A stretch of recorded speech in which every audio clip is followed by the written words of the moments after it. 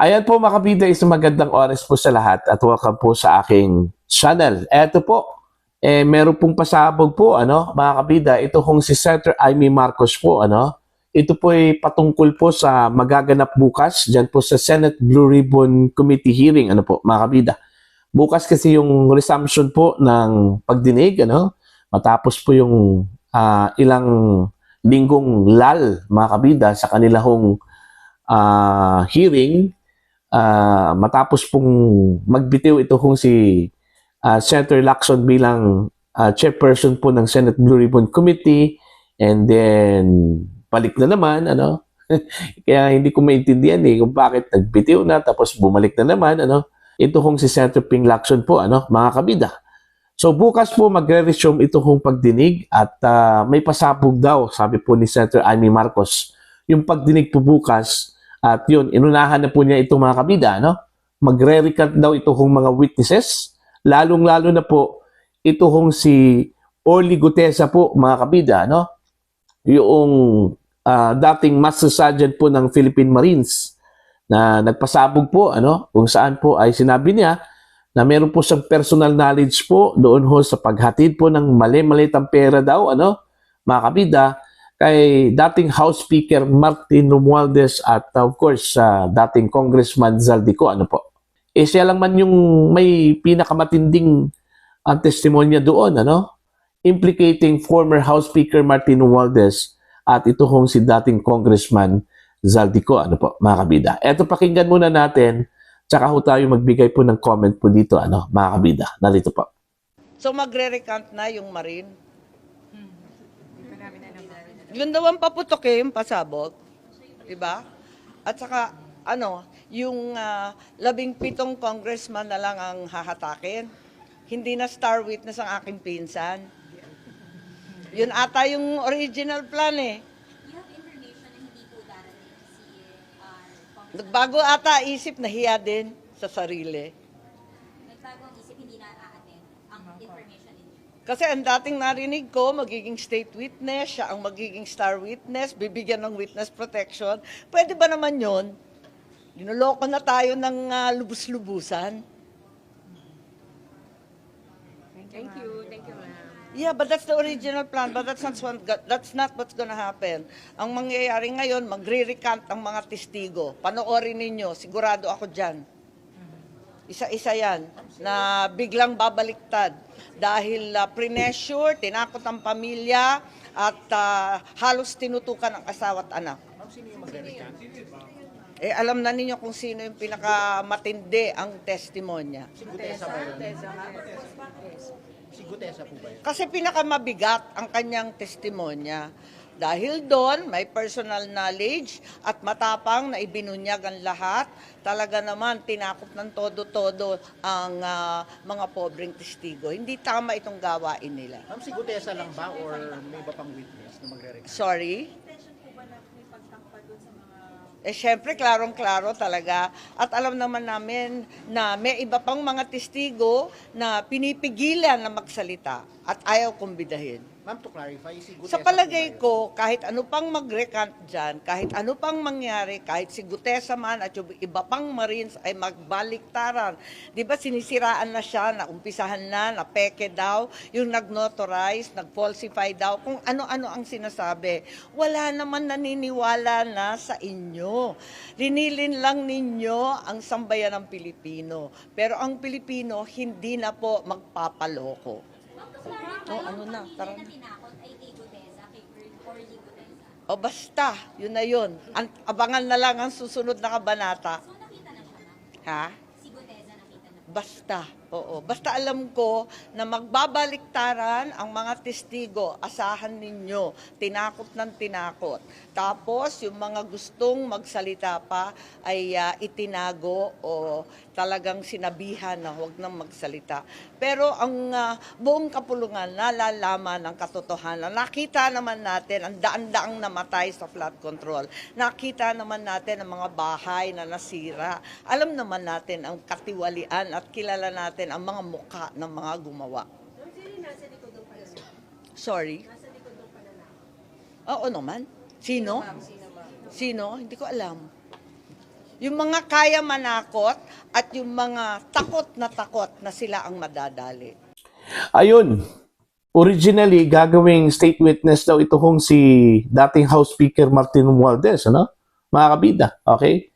I don't know kung anong nangyari, bakit hindi po natuloy, ano? At posibleng hindi na raw ito dadalo po, ano, sa pagdinig po bukas, ano po, mga kabida, okay? Kung maalala po ninyo mga kabida, nagpadala po ng imbitasyon ito pong Senate Blue Ribbon Committee, ano po, sa House of Representatives, ano po. At idinaan po nila mga kabida sa Speaker of the House, ano? Inviting former House Speaker Martin Romualdez at 17 mga kongresista pa, ano? Mga kabida, sa pagdinig ho ng Senate Blue Ribbon Committee na magre-resume po bukas. Okay? Pero ang pinakamatindi, yung pasabog po ni Senator Amy Marcos po, ano?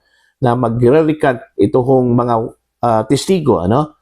At hindi ko po alam kung kabilang po dito, ano, ito hong si Curly Discaya po makabida, okay, na nauna pong nag-implicate po, ano, kay Zaldico at saka kay dating House Speaker Martin Romualdez, ano. Sinabi po niya nung unang pagdinig po ng Senate Blue Ribbon Committee kung saan po ang chairman that time, ano, ito hong si Senador Rodante Marcoleta po, ano?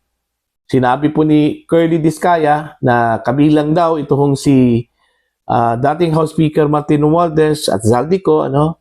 Na binigyan daw niya ng kickback, ano? Na 25%, ano po, mga kabida, doon po sa mga proyekto, ano? Na kanya hong nakuha po mga kabida sa gobyerno, ano po. Okay?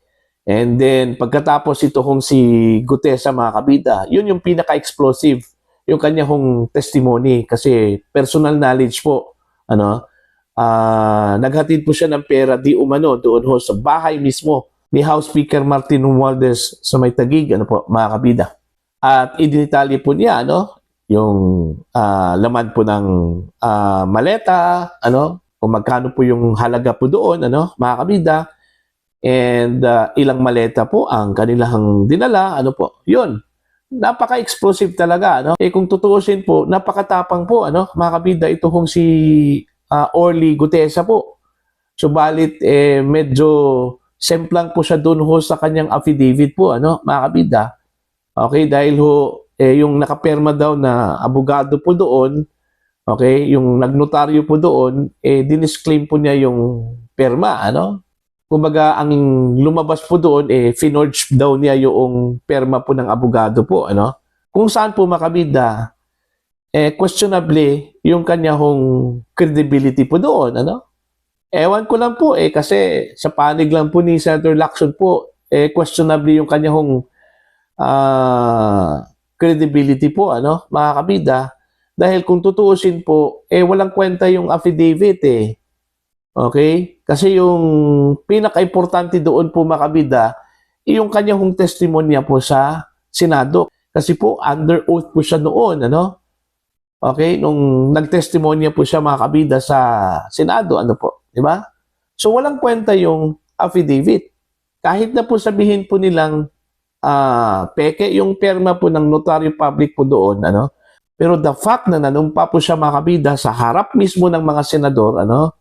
Okay? Yung kanyang testimony, valid yun. Okay?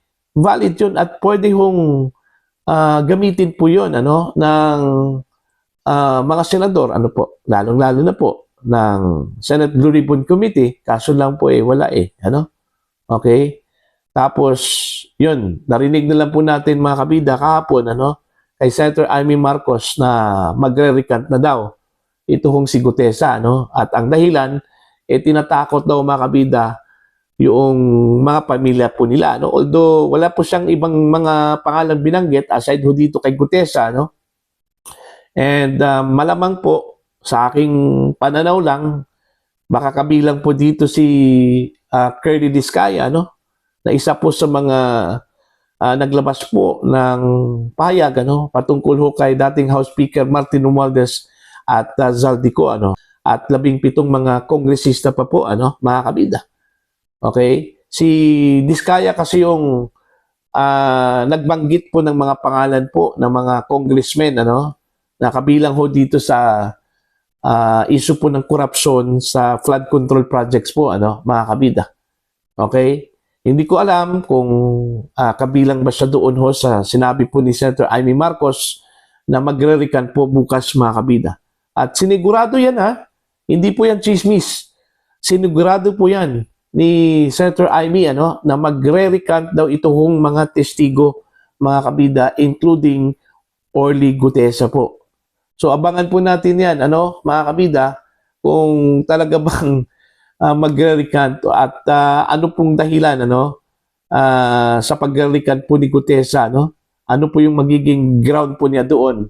Baka naman po magtuturo po ito, mga kabida, ng mga senador o sinumang personalidad po na nag-pressure daw sa kanya, posible po yun, na baka sasabihin po niya na pinipressure lang po ako, kaya nga nasabi ko yon, nag-testify po ako doon, parang ganun, mga kabida. Pero ang sabi po ni Senator Amy Marcos, pressure yung pamilya, okay, mga kabida, at hindi naman po niya binanggit kung sino po nag-pressure, basta pressure, kaya yun, babaliktad daw, mga kabida, sa kanyang testimony at yung iba pang mga testigo po. Okay? Pero sabi po ni Senator Amy Marcos, kahit na po babaliktad yun, okay? Pero alam na po daw ng lahat, mga kabida, yung totoo po at yung katotohanan, okay? Hindi po mabubura yung pag-recant, yung naisiniwalat na po, yung naisiwalat na po, mga kabida, po, okay? So alam na po daw ng taong bayan kung ano po yung nangyari. At ina-anticipate na raw niya po, mga kabida, na posibleng mangyari po ang pag-recant, mga kabida, po. So abangan po natin to, mga kabida, kung talaga bang magre-recant at ilan po sila ang magre-recant dito. Sa akin palagay po, dalawa lang kasi yung nagbanggit po sa pangalan ni dating House Speaker Martin Romualdez, si Diskaya at saka itong si Gutesa, mga kabida. So most likely, itong dalawa po, ang magre-recant, bukas. Okay? Now, ano na po yung mangyari po doon? Kung halimbawa po magre-recant, so exonerated po itong si dating House Speaker Martin Romualdez. Okay? Kaya siguro yun yung rason kung bakit hindi na po ituloy yung kanyang pagiging witness, state witness, kasi po wala na pong implication wala na pong pangalan po niya, na i-implicate po, mga kabida, doon po sa issue po ng corruption sa flood control projects, mga kabida. Okay? Kaso lang po, may maiwan pong malaking tanong po doon, talaga bang walang kinalaman po, ito hong si dating House Speaker Martin Romualdez po sa issue po ng korupsyon sa flood control projects po, mga kabida? Okay?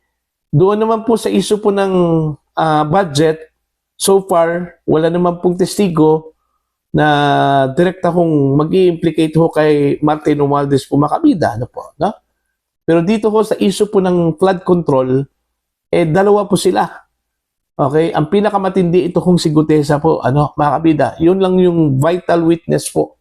Okay? Pag mawala yun, okay, pag magre-recant yun, tapos na po ang boxing. Hindi po may-implicate, mga kabida, ito kung si dating House Speaker Martin Romualdez po. Now, hindi ko po alam, doon ho sa kaso po ni Corley Diskaya po, kung magre-recant po siya, mga kabida, ibig sabihin ho ba lahat ng kanyang sinabi po, babalik na rin po niya o may mga portions lang po doon sa kanyang sinabi na babalik na rin po niya, mga kabida, Okay? Ayon po doon ho sa kumpirmasyon po ni Senator Amy Marcos, Kasi dalawa lang po kasi yung nagbanggit po ng pangalan po ni Martin Romualdez, at Zaldico. Si Corley Diskaya at saka si Orly Gutesa, mga kabida. So, dito ho sa panig po ni Diskaya po, baka naman po ang i-omit po doon yung pangalan po ni Romualdez, o di kaya si Zaldico. Dito naman po kay Gutesa po, mga kabida, so malamang kung magre-recant ito, so babawiin po niya yung kanyang sinabi, na naghatid po siya ng pera dun po sa bahay po ni dating House Speaker Martin Romualdez. Okay? Baka malamang yung gagawin po niya, po. So ito, speculation lang po ito, mga kabida. So, ang mainam po, abangan po natin yan bukas, kung ano ba talaga yung sinabi po ni Senator Amy Marcos na babaliktad ito hong mga testigo, lalong-lalo na po yung nagbigay po ng explosive testimony versus former House Speaker Martin Romualdez. At wala naman pong iba yon. Okay? Yung pinaka-explosive kundi si Gutierrez po, mga kabida. Po. Okay? Abangan po natin yun bukas. At para po sa inyo, mga kabida, ano po ang inyong opinion at pananaw dito? Please comment down. Sa mga hindi pa po subscriber sa akin channel, please subscribe. Just click the subscribe button, click the notification bell, click all para updated po kayo, mga kabida, sa aking mga uploads. Maraming salamat po sa inyo lahat.